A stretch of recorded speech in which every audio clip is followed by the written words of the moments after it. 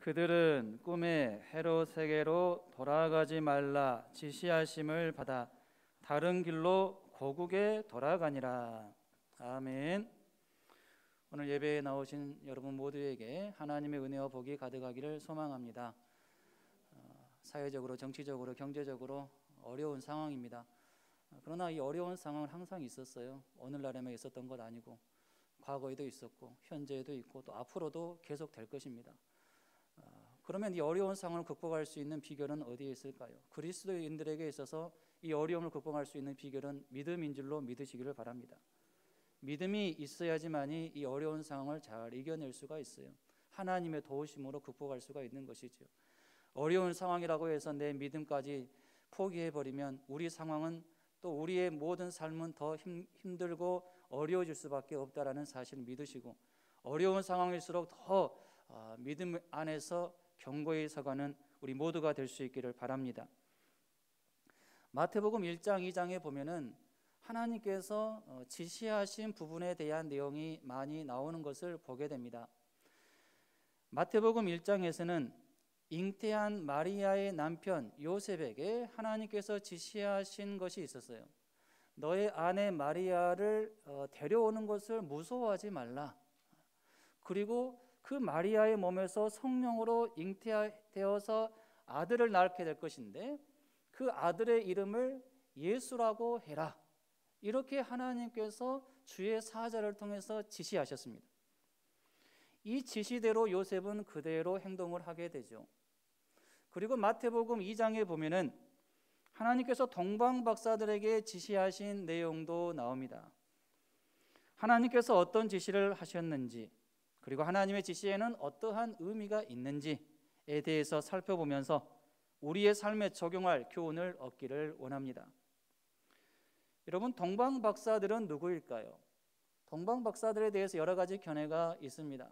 그러나 가장 지지를 받는 견해는 여기서 동방은 바벨론을 의미한다. 그리고 이 바벨론에 그때 당시에 유대인 포로의 자손들이 많이 살고 있었는데, 아마도 이 동방의 박사들은, 바벨론에 살고 있는 이 박사들은 유대인들이 많이 모여 살고 있는 그 지역에서 함께 살았던 사람들일 것이다. 이렇게 이러한 의견을 많은 학자들이 지지를 하죠. 그래서 유대인들이 많이 모여 있는 그 지역에서 이 박사들이 살다 보니까 어떤 이야기를 많이 들었을까요? 이 유대인들을 통해서 구약에서 약속한, 구약에서 예언한 그 메시아에 관한 내용, 메시아에 관한 말씀을 많이 들었을 것입니다. 그래서 실제적으로 이 동방 박사들이 하는 말이라든지 하는 행동을 보면은 그 메시아에 대한 예언에 대해서 잘 알고 있었음을 알 수가 있습니다. 그리고 이들은 천문학과 점성학에 대해서 해박한 지식을 가지고 있었던 존귀한 자들, 똑똑한 사람들, 그리고 이방 사람이었음을 알 수가 있습니다. 이방 사람이었지만 하나님을 경외하는 사람들이었다라는 것을 알 수가 있죠. 하나님은 이들에게 유대인의 왕으로 태어나신 그 증표로 특별한 별을 보여주셨습니다. 특별한 별. 이들은 이 특별한 별을 보고 아기 예수께 경배하기 위해서 바벨론을 떠나서 베들레헴 근처인 예루살렘으로 오게 되죠. 박사들은 예루살렘에 와서 누구를 만납니까? 헤롯을 만납니다. 그리고 헤롯 왕은 동방 박사들을 통해서 유대인의 왕이 나으셨다는 말을 듣고 서기관들을 동원해 가지고 구체적으로 유대인의 왕이라고 하는 그 아기가 어디에서 태어나는지 한번 살펴봐라 하니까 서기관들이 예루살렘 근처 베들레헴에서 유대인의 왕이 나온다고 했습니다. 이런 말을 하게 되죠. 이 동방 박사들은 이 서기관의 이 말을 듣고 이제 예루살렘에서 베들레헴으로 가게 되죠. 특별한 별의 지시를 받고 인도를 받고 결국 정확하게 베들레헴에서, 그것도 예수님께서 계신 곳, 아기 예수님이 계신 곳 그 집에 정확하게 들어가게 됩니다. 여기서는 집이라고 말하고 있어요. 마태는 집이라고 말하는데 누가복음에서는 구유라고 했는데, 구유에서 태어나셨고 시간이 조금 흘러서 요셉이 집을 마련한 거죠. 계속해서 구유에서만 지낼 수는 없잖아요. 구유에서 태어났지만 집으로 이제 거처를 마련을 한 것이죠. 그때 동방박사들이 집으로 예수님을 만나러 가게 되었다라는 사실입니다. 아기 예수를 만난 이 동방박사들은 선물로 황금과 유향과 몰약을 예물로 드리게 되죠. 그리고 난 후에 하나님께서 동방박사들에게 지시하신 것이 있었습니다. 그것은 무엇일까요? 헤롯에게로 돌아가지 말라. 하나님께서 그렇게 지시하셨습니다. 당시 동방박사들은 예수님을 만나고 난 후에 이제 예물까지 다 드렸어요. 그리고 난 후에 이제 고민이 있었습니다. 무슨 고민이 있었을까요? 헤롯이 자세히 알아보고 돌아오라고 했는데 돌아가야 될지 말아야 될지, 헤롯이 돌아오라고 했는데 안 돌아가면 아마 헤롯에게 찍히지 않을까, 이러한 여러 가지 고민이 있었을 것입니다. 이렇게 고민하고 있는 동방박사들에게 하나님께서 꿈으로 지시해 주셨어요. 말씀해 주셨습니다. 헤롯에게로 돌아가지 말라. 왜 하나님은 헤롯에게로 돌아가지 말라 그렇게 지시하셨을까요? 헤롯의 악한 계획을 무산시키기 위해서였습니다. 헤롯은 처음에 박사들이 예루살렘에 왔을 때 그들에게 했던 말이 있었어요. 무슨 말을 했을까요? 마태복음 2장 7절로 8절입니다. 이에 헤롯이 가만히 박사들을 불러 별이 나타난 때를 자세히 묻고 베들레헴으로 보내며 이르되 가서 아기에 대하여 자세히 알아보고 찾거든 내게 고하여 나도 가서 그에게 경배하게 하라. 사실 이렇게 말했지만 헤롯의 머릿속에는 악한 계획이 있었어요. 악한 음모가 있었습니다. 그것은 무엇일까요? 유대인의 왕으로 태어났다라고 하는 그 아기 예수를 죽이는 것이었습니다. 이것이 헤롯에게 있는 악한 계획이었어요. 그것도 조용히 죽이는 것이었습니다. 조용히 죽이기 위해서 이 동방박사들을 가만히 불렀고 이 동방박사들에게 이 별이 나타난 때를 자세히 물었습니다. 그리고 박사들에게 자세히 알아보고 아기를 찾으면 나에게 다시 와서 알려주라. 그러면 나도 가서 경배할 것이다. 이렇게 말했죠. 이것은 자신의 추악한 음모를 은폐하기 위해서 경건을 가장한 헤롯의 위선적인 모습이다라고 볼 수 있습니다. 사실 헤롯은 아기 예수께 경배할 생각이 전혀 없었습니다. 아기 예수께 경배하기 위해서 예수님을 찾아갈 생각도 전혀 없었습니다. 오직 헤롯에게는 유대인의 왕으로 태어난 아기를 가만히 죽일 생각뿐이었습니다. 이 일에 동방 박사들을 이용하려고 한 것이죠. 그래서 쉽게 조용히 비밀리에 유대인의 왕 예수만 조용히 죽이려고 했던 것입니다. 왜 헤롯이 이토록 아기 예수를 죽이려고 했을까요? 당시 헤롯의 나이는 70세입니다. 그리고 과대 망상증에 시달리고 있었습니다. 그런데 동방 박사들을 통해서 유대인의 왕이 나셨다라는 말을 듣게 되자 자기가 왕인데 유대인의 왕으로 태어났다라고 하는 말을 들으니까 충격을 받게 되죠. 그리고 소동하게 됩니다. 여기서 소동이라고 하는 단어는 당황한다, 무서워한다, 극심한 불안과 공포심을 갖는다, 이러한 의미가 있습니다. 헤롯은 자기 왕권의 그 위기 의식 때문에 심각한 두려움에 떨었을 것입니다. 그리고 백성들도 똑같이 소동을 했어요. 왜 소동했을까요? 왜 무서워했을까요? 아니, 헤롯에 대해서 어느 정도 알고 있어요. 백성들도 헤롯이 얼마나 악한 왕인가를, 또 잔인한 왕인가를 알고 있습니다. 그런데 이제 유대인의 왕으로 또 누가 태어나게 되면은 이제 전쟁이 일어날 수도 있고 엄청난 분란이 일어날 수 있다라는 것을 생각하면서 백성들도 무서워했다라는 거죠. 또 헤롯의 이러한 병적인 잔인함, 통치, 이러한 부분들 때문에 백성들도 똑같이 두려워 벌벌 떨었습니다. 실제로 헤롯은 전에 과대 망상증으로 인해서 자신의 아내를 죽였습니다. 그리고 자신의 두 아들도 죽였습니다. 이렇게 잔인했던 왕이었음을 알 수가 있죠. 헤롯은 결국 이 악한 계획을 실행했습니다. 마태복음 2장 16절입니다. 이에 헤롯이 박사들에게 속은 줄 알고 심히 노하여 사람을 보내어 베들레헴과 그 모든 지경 안에 있는 사내 아이를 박사들에게 자세히 알아본 그때를 기준하여 2살부터 그 아래로 다 죽이니. 헤롯은 동방 박사들이 예수님을 만난 후에 자기에게로 오지 않고 고국으로 돌아갔다라는 그 말을 듣고 분노합니다. 그리고 유아를 다 살해해라 라는 이러한 명령을 내립니다.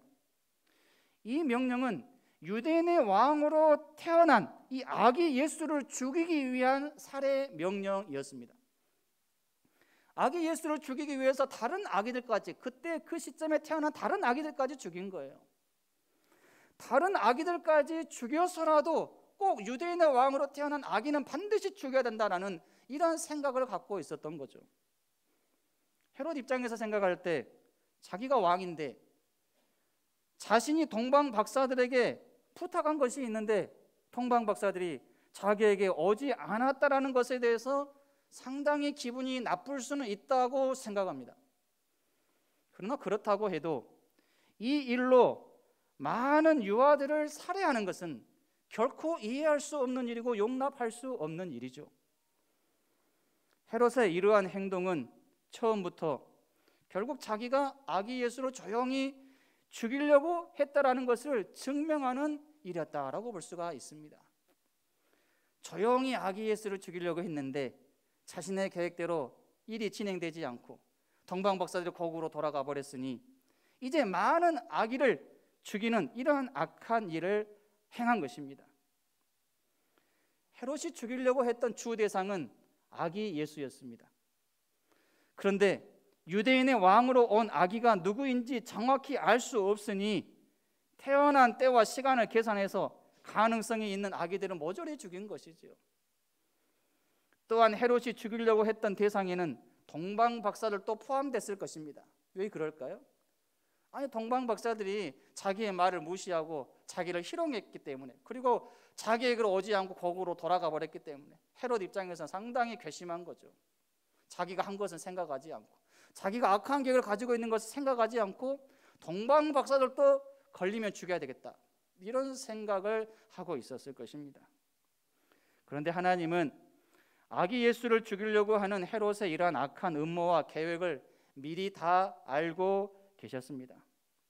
그래서 그 악한 계획, 예수님을 죽이는 이러한 악한 계획을 이루지 못하도록 동방 박사들로 하여금 헤롯에게로 돌아가지 말라고 지시하셨습니다.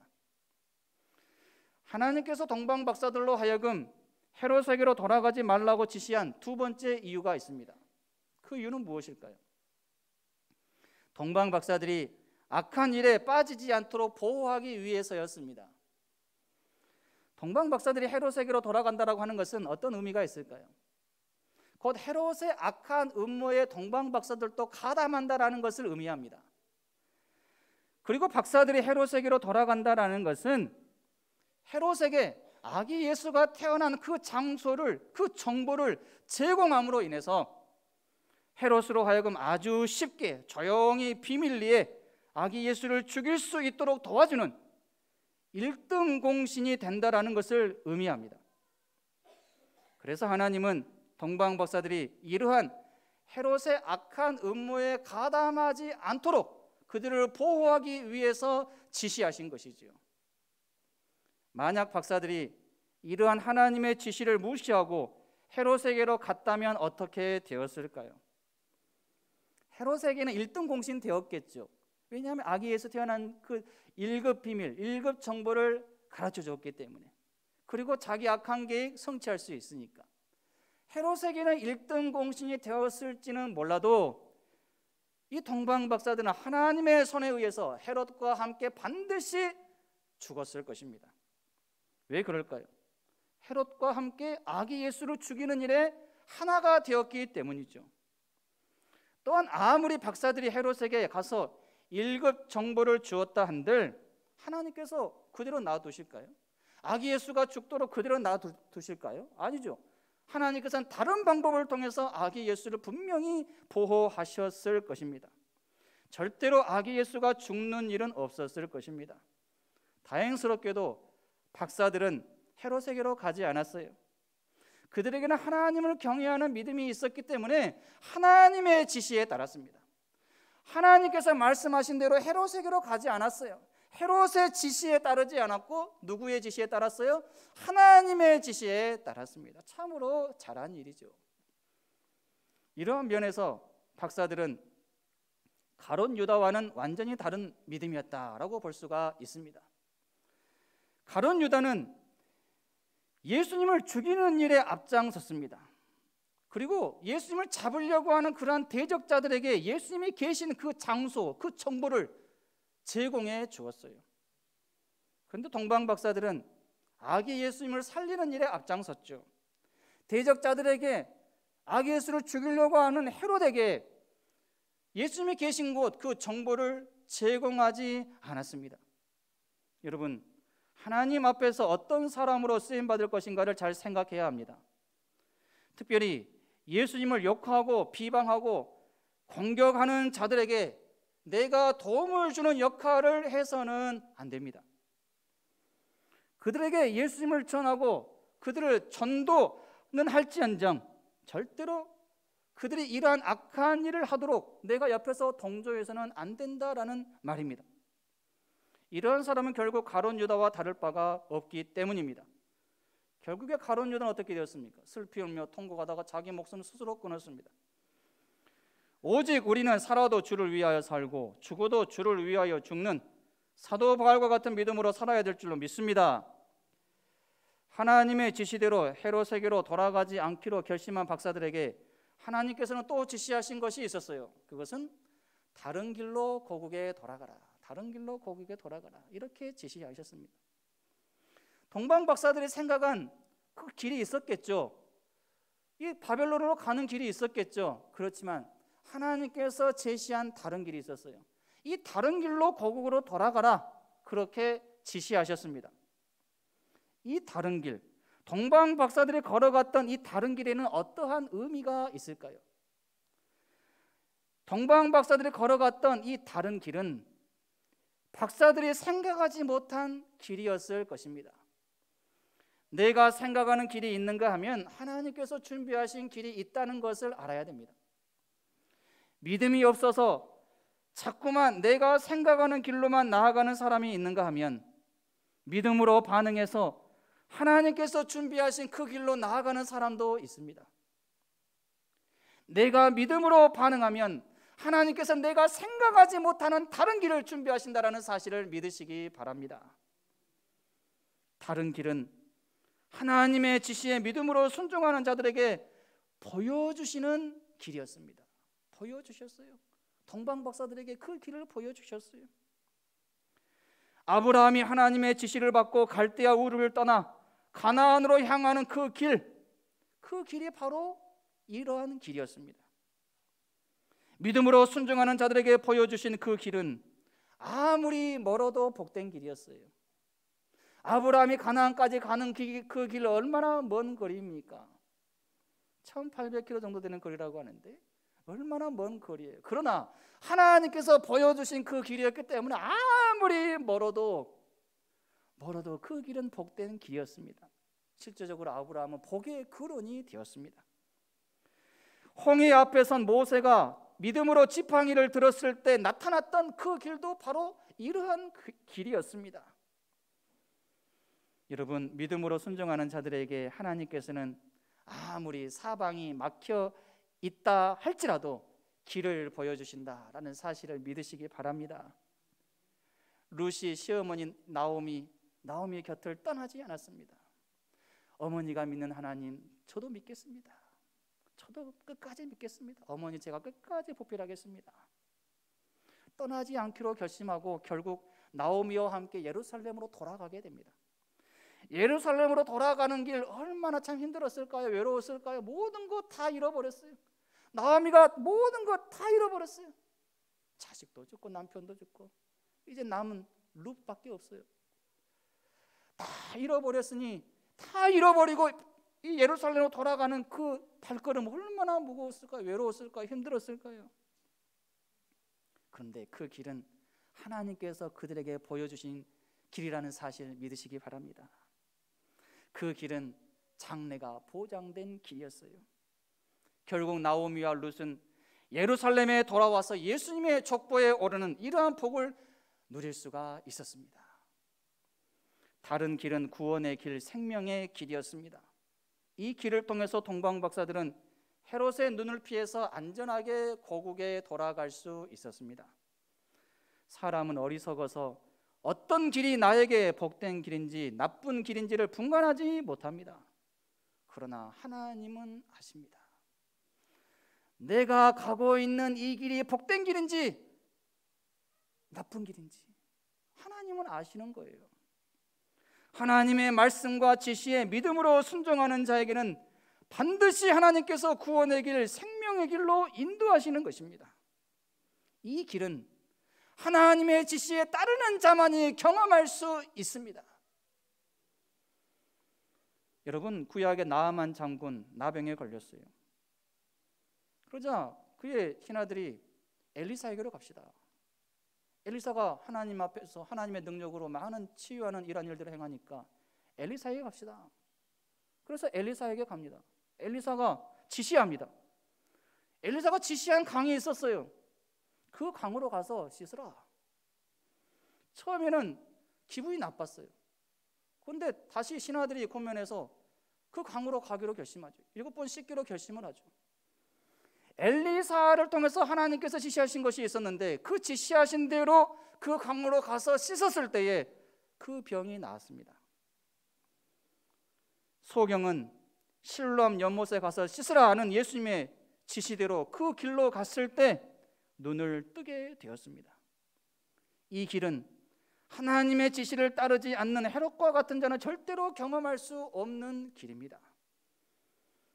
다른 길은 곧 하나님께서 하나님의 백성들을 위해서 마련한 대안의 길이었습니다. 최고의 대안이었어요. 바벨론에서 이 베들레헴까지 이 박사들이 왔어요. 예수님께 경배하기 위해서, 예수님께 예물을 드리기 위해서 또 준비해 왔어요. 얼마나 하나님 편에서 보았을 때 기특합니까? 얼마나 참 아름답습니까? 하나님 편에서는 그들을 반드시 안전하게 다시 고국으로 돌려보내야 되겠다, 이 생각을 하나님께서는 하고 계셨습니다. 그래서 최고의 대안이 되는 다른 길, 헤롯의 눈을 빛내서 고국으로 돌아갈 수 있는 최고의 대안과도 같은 그 길을 제시하신 것이죠. 이 길을 걸어가는 자는 결국 위로를 받습니다. 결국 보상을 받습니다. 결국 상급을 받게 됩니다. 믿으시기 바랍니다. 하나님께서 우리에게 이러한 대안의 길을 준비하고 계세요. 우리가 믿음으로 하나님의 뜻에 따르겠다라는 이러한 결심으로 나아가게 되면 하나님께서 준비하신 다른 길이 있어요. 가장 좋은 길, 복된 길, 위로의 길, 보상의 길, 상급의 길입니다. 이러한 길 걸으시기 바랍니다. 그러나 또 다른 길이 있어요. 하나님께서 준비한 다른 길이 있는데 그 길은 하나님의 지시에 따르지 않는 자들에게 준비하는 다른 길입니다. 하나님의 지시에 믿음으로 순종하는 자들에게 준비한 다른 길이 있는가 하면 반대로 하나님의 지시에 도무지 따르지 않는 자들에게 준비한 다른 길도 있다라는 거예요. 하나님은 구원의 길, 생명의 길만 준비하시는 분이 아니십니다. 죽음의 길, 파멸의 길, 심판의 길도 준비하십니다. 왜 하나님 그런 길 준비하십니까?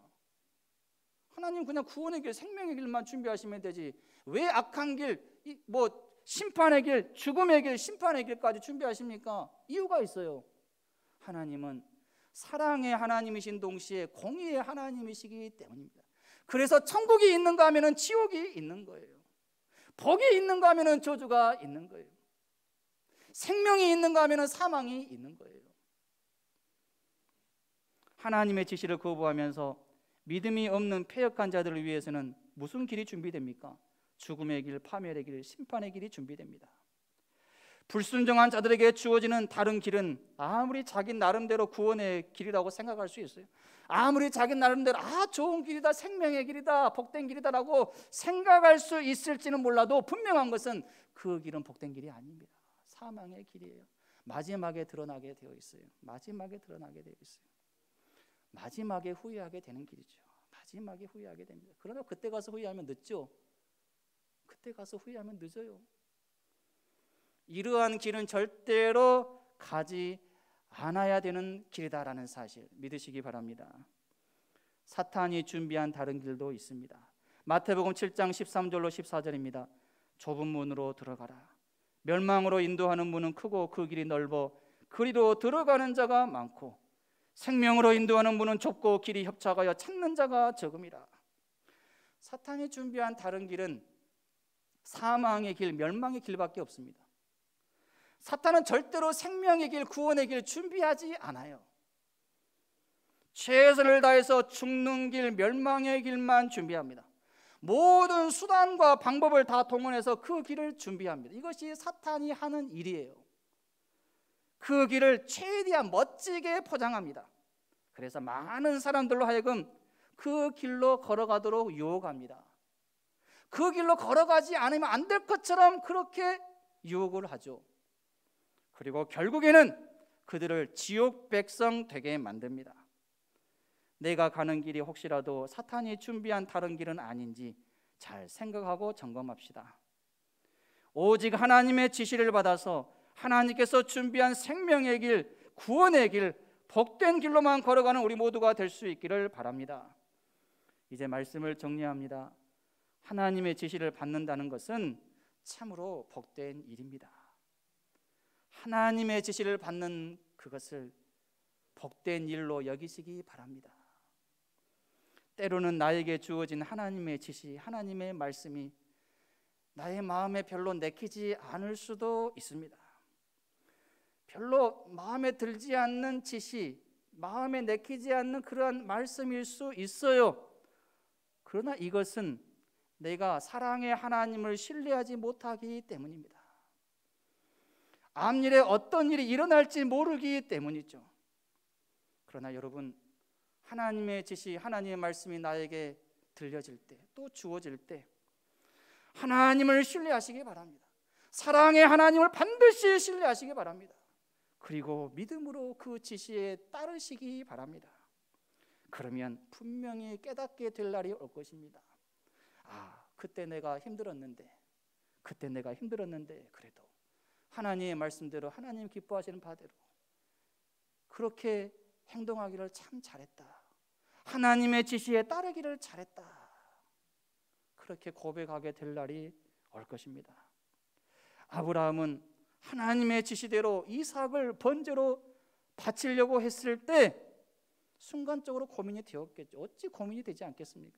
아니, 주실 때는 언제고 왜 또 다시 바치라고 하십니까? 어떻게 얻은 아들인데.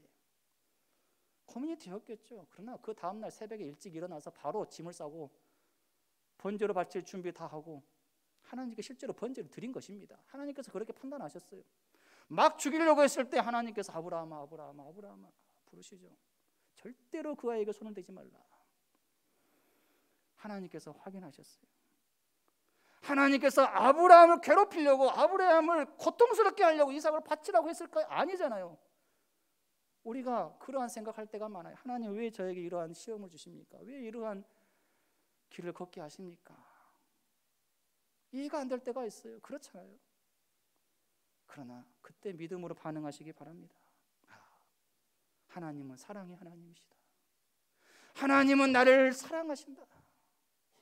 하나님을 나를 고통스럽게 하려고 하는 것은 하나님의 본심이 아니다. 이거 생각해야 돼요. 그리고 믿음으로 반응해야 됩니다. 하나님, 지금 제가 힘들지만 그래도 저는 사랑의 하나님을 믿습니다. 신뢰합니다. 반드시 마지막에 웃게 해주실 줄로 믿습니다. 이 믿음으로 그 복된 길을 걸어가야 됩니다. 아브라함이 그 길을 걸어갔을 때 하나님께로부터 엄청난 복을 받았어요. 네가 아들을 죽이는 이러한 일에도 헌신한 것처럼 네가 나를 얼마나 사랑하는지 내가 알았다. 너에게 내가 복을 줄 것이다. 천만 만민이 너를 통해서 복을 받게 해주겠다. 엄청난 복을 받았어요. 하나님의 지시는 하나님의 말씀을 간절히 사모할 때 주어지는 지시입니다. 기도할 때 주어집니다. 믿음으로 살려고 애쓸 때 하나님의 지시가 주어져요. 아무에게나 하나님의 지시가 주어지지 않습니다. 꿈이나 환상보다는 우리 마음속에 강한 확신이 들게끔 깨닫게 하시면서 하나님께서 지시하십니다. 할 수만 있으면 이런 하나님의 지시 많이 받으시기 바랍니다. 한 귀로 들릴 때 한 귀로 흘려버리는 것이 아니라 하나님의 지시가 나에게 들려질 때 아멘으로 받으시고 믿음으로 그 지시를 받으시기 바랍니다. 그러면 하나님의 복을 받는 거예요. 반드시 하나님께서 준비하신 그 복을 받게 되어 있습니다. 하나님의 지시에 믿음으로 순종하시기 바랍니다. 이러한 자들에게는 하나님께서 복된 길로서의 다른 길을 준비하십니다. 그리고 그 길을 통하여서 놀라운 복을 허락하여 주십니다. 이러한 복을 누리시는 주인공들이 다 되시기를 주님의 이름으로 축원합니다.